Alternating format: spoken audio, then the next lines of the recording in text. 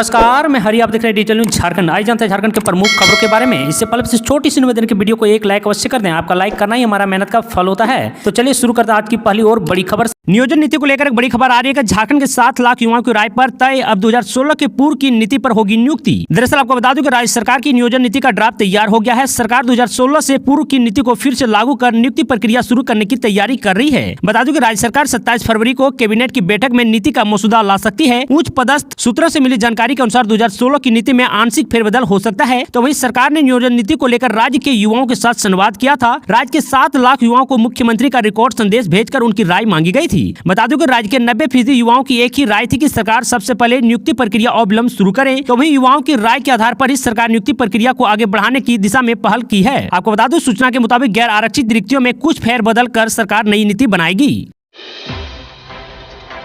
झारखंड के 20 लाख हरा कार्डधारियों को मार्च से मिलेगा राशन। दरअसल आपको बता दूं कि राज्य के 20 लाख हरा कार्डधारियों को 7 माह बाद मार्च से राशन मिलना शुरू हो जाएगा। आपको बता दूं कि जेएफएससी ने टेंडर की प्रक्रिया पूरी करने के बाद कार्य का आवंटन कर दिया है। निदेशक दिलीप तिर्की ने बताया कि 8 मार्च तक हरा कार्डधारियों के बीच राशन वितरण का काम शुरू कर दिया जाएगा। तो वहीं एफसीआई की ओर से चावल देने से इनकार किए जाने की वजह से हरा कार्डधारियों को अगस्त माह से राशन मिलना बंद हो गया था। बता दूं कि इसके बाद जनवरी माह से सरकार की ओर से चावल खरीद को लेकर टेंडर आमंत्रित किया गया। राज्य सरकार ने जनवरी 2021 से झारखंड राज्य खाद्य सुरक्षा योजना लागू की थी। आपको बता दूं कि इसके तहत खाद्य सुरक्षा अधिनियम से जुड़े 15 लाख लाभुकों को 1 रुपये प्रति किलो दर से 5 किलो चावल प्रति माह उपलब्ध कराया जा रहा था। तो वहीं अगस्त माह से कैबिनेट की बैठक के बाद 5 लाख परिवार को इस योजना से जोड़ा गया है। तो वहीं आपको बता दूं कि अब इनकी संख्या बढ़कर 20 लाख हो गई है। तो वहीं सरकार की ओर से चालू वित्तीय वर्ष 2022-23 में गरीबों को प्रति परिवार अनुदानित दर पर 1 किलोग्राम दाल देने की योजना शुरू करने की घोषणा बजट में की थी। बजट घोषणा के 11 माह के बाद भी अब तक दाल वितरण योजना शुरू नहीं हो पाई है। अभी भी दाल खरीद का मामला टेंडर के पेच में फंसा हुआ है। बता दूं, इस योजना के तहत सरकार को प्रति माह 65 लाख किलो दाल का वितरण करना है। लाभुकों के बीच 1-1 किलो के पैकेट में दाल देने का प्रस्ताव तैयार किया गया है। अभी टेंडर प्रक्रियाधीन है। प्रक्रिया पूरी होने में कम से कम 15 दिनों का समय लग सकता है। वीरेंद्र राम की गिरफ्तारी से खुली सरकारी व्यवस्था की पोल, प्रशासन में मचा हड़कंप। दरअसल आपको बता दूं कि चीफ इंजीनियर वीरेंद्र राम की गिरफ्तारी से सरकारी व्यवस्था की पोल खुल गई है। विधायक सरयू राय ने कहा कि सरकारी महकमे में कई और वीरेंद्र राम है जिन पर कार्रवाई करने की जरूरत है। दरअसल आपको बता दूं कि ग्रामीण विकास विभाग के मुख्य अभियंता वीरेंद्र राम की गिरफ्तारी से शासन प्रशासन में हड़कंप मचा हुआ है। तो वहीं पूजा सिंघल के बाद दूसरे बड़े रसूखदार अधिकारी भ्रष्टाचार मामले में पकड़ा गया है। बता दूं कि इससे फिर झारखंड शर्मसार हुआ है। विधायक सरयू राय ने कहा कि राज्य में कई ऐसे वीरेंद्र राम है जिन पर कार्रवाई करने की आवश्यकता है। दरअसल आपको बता दूं कि चीफ इंजीनियर रिमांड पर हैं और ईडी उनसे पूछताछ कर रही है। वहीं ग्रामीण विभाग ने गिरफ्तार चीफ इंजीनियर के खिलाफ निलंबन की कार्यवाही शुरू कर दी है। ग्रामीण विकास मंत्री आलमगीर आलम ने इसकी पुष्टि करते हुए कहा कि जल्द ही इस संबंध में चिट्ठी निकल जाएगी। गौरतलब है कि ग्रामीण विकास विभाग के मुख्य अभियंता वीरेंद्र राम के 24 ठिकानों पर 2 दिनों तक ईडी की छापेमारी के बाद गुरुवार को भ्रष्टाचार के मामले में गिरफ्तार किया गया है। तो वहीं गिरफ्तारी के बाद वीरेंद्र राम को ईडी ने 5 दिनों के रिमांड पर लेकर पूछताछ कर रही है।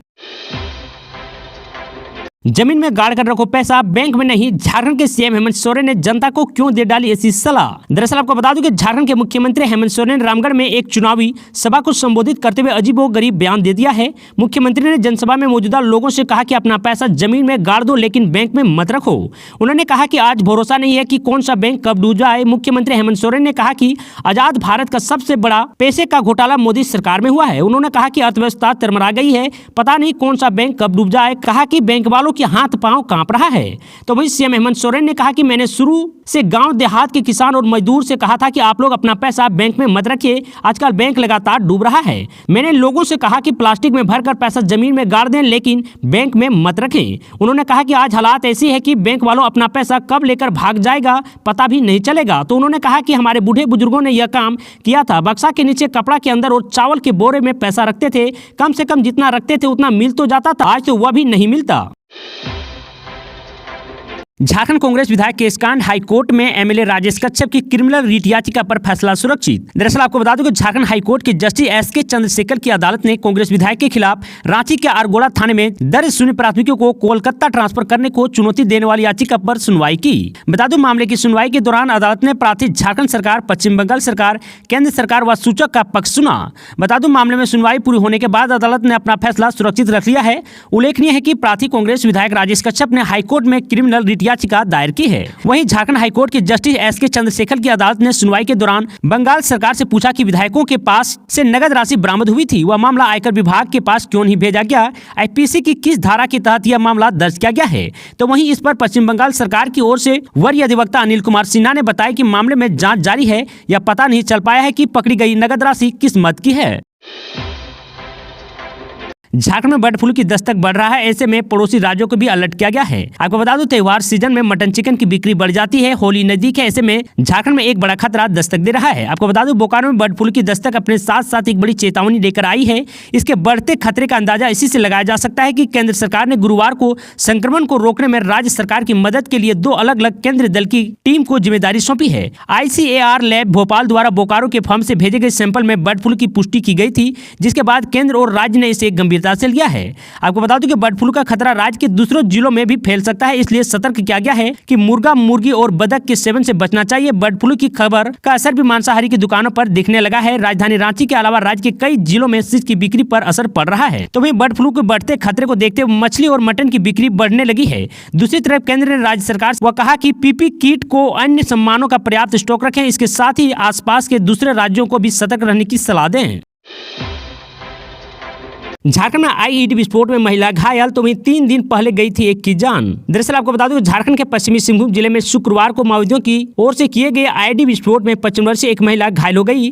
पुलिस ने यह जानकारी दी। पुलिस अध्यक्ष आशुतोष शेखर ने बताया कि यह घटना उस समय हुई जब जेमा बहंडा जलाऊ लकड़ी लेने के लिए टोंटो इलाके रंकुबुरु जंगल गई थी। उन्होंने बताया कि विस्फोट में गंभीर रूप से घायल महिला को चाईबासा के सदर अस्पताल ले जाया गया है। उन्होंने कहा कि उसकी हालत स्थिर बताई जा रही है। उन्होंने बताया कि माओवादियों सुरक्षा कर्मियों को नुकसान पहुंचाने के लिए आईईडी का उपयोग कर रहे हैं। हताश में वो अब निर्दोष ग्रामीणों को भी निशाना बना रहे हैं, क्योंकि पिछले 1 महीने से जिले में बड़े पैमाने पर नक्सल विरोधी अभियान अब तक प्रभावी रहा है। उन्होंने बताया कि 100 से अधिक आईडी को निष्कर्ष किया गया है, कई नक्सलियों को गिरफ्तार किया गया है, तो वहीं कई ने अपना आत्मसमर्पण भी कर दिया। कुछ दिन पहले गोइलकेरा के मेरालगढ़ इलाके में एक आईडी विस्फोट में 23 वर्षीय एक व्यक्ति की मौत हो गई थी।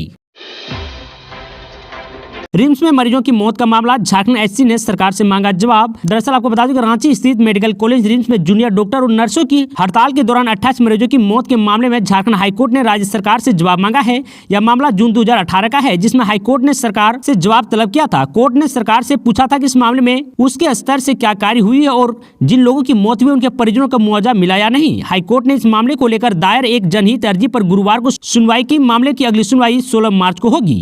बता दूं कि ये अर्जी झारखंड स्टूडेंट यूनियन की तरफ से दायर की गई थी। इसमें बताया गया था कि 1 जून 2018 को रिम्स में एक मरीज की मौत कथित गलत इलाज की वजह से हो गई थी। इसके बाद मृतक के घर वालों ने ऐतिहासिक एहतजाज किया था। इसे लेकर रिम्स के जूनियर डॉक्टर और मृतक के परिजनों के बीच झड़प हो गई थी।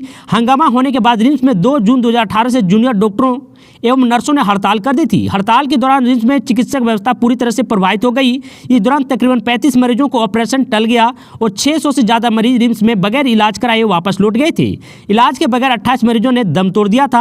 आपको बता दूं कि मामले को लेकर कोतवाली थाना में जिम्मेदारी जूनियर डॉक्टर और नर्स के खिलाफ मामला दर्ज कराया गया था, लेकिन जूनियर डॉक्टर एवं नर्सों के नोटिस दिए जाने के अलावा कोई कार्रवाई नहीं हुई। अर्जी में से पूरे मामले की जांच कमेटी बनाकर करने और इस वाक्य के लिए जिम्मेदार लोगों के खिलाफ एक्शन लेने की मांग की गई है। चीफ जस्टिस संजय कुमार मिश्रा की अगुवाई वाली बेंच ने अर्जी पर सुनवाई करते हुए मौखिक तौर पर कहा है कि रिम्स जैसे अस्पताल में मरीजों का उपचार अनिवार्य सेवा के अंदर आता है। ऐसे में डॉक्टर और नर्सों की स्ट्राइक नहीं होनी चाहिए थी। ऐसे झारखंड की तमाम छोटी बड़ी खबरों को जानने के लिए चैनल को सब्सक्राइब अवश्य कर लें, ताकि झारखंड के हर छोटी बड़ी खबर आप तक पहुंचा सके। आज के लिए इतना ही। जय हिंद, जय भारत, धन्यवाद।